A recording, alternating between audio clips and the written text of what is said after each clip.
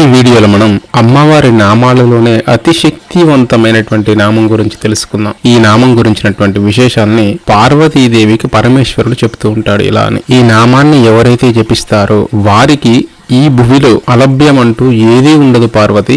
ఈ ఒక్క నామం చాలు. ఈ ఒక్క నామం చేత వారు అన్నిటినీ పొందగలుగుతారు. ఇహాన్ని పరాన్ని రెండింటినీ ఇచ్చేస్తుంది. పైగా ఈ నామము కన్నా గొప్ప నామము లేదు. ఇది మానవులని సమస్త జీవులని తరింపచేసేటటువంటి దివ్యమైనటువంటి నామం. అలాగే ఈ నామానికి భేదాలు లేవు. అంటే వైష్ణవాన్ని, శైవమని, శాక్తేయమని ఇలాంటి భేదాలు, మత భేదాలు కూడా ఏవీ లేవు. ఎవరైతే ఈ నామాన్ని నమ్మి స్మరిస్తారో వారికి తీరని కోరిక, పోని కష్టం అంటూ ఉండదని. చివరిగా అదే దుర్గానామం. ఈ దుర్గానామాన్ని ఎవరైతే స్మరిస్తారో వారికి సమస్తము చేకూరుతాయి. చాలా శక్తివంతమైనటువంటి నామంగా చెప్పడం జరిగింది దుర్గానామాన్ని అంటూ పార్వతీదేవికి స్వయంగా శివుడే చెప్తాడు. ఒక మాట చెప్తాడు, ఈ నామాన్ని ఎవరైతే జపిస్తారో తరచుగా వారు నాకు చాలా ప్రియమైన వారు అని చెప్తాడు పరమశివుడు. అంటే ఈ ఒక్క నామాన్ని జపిస్తే సర్వము సమకూరుతాయి.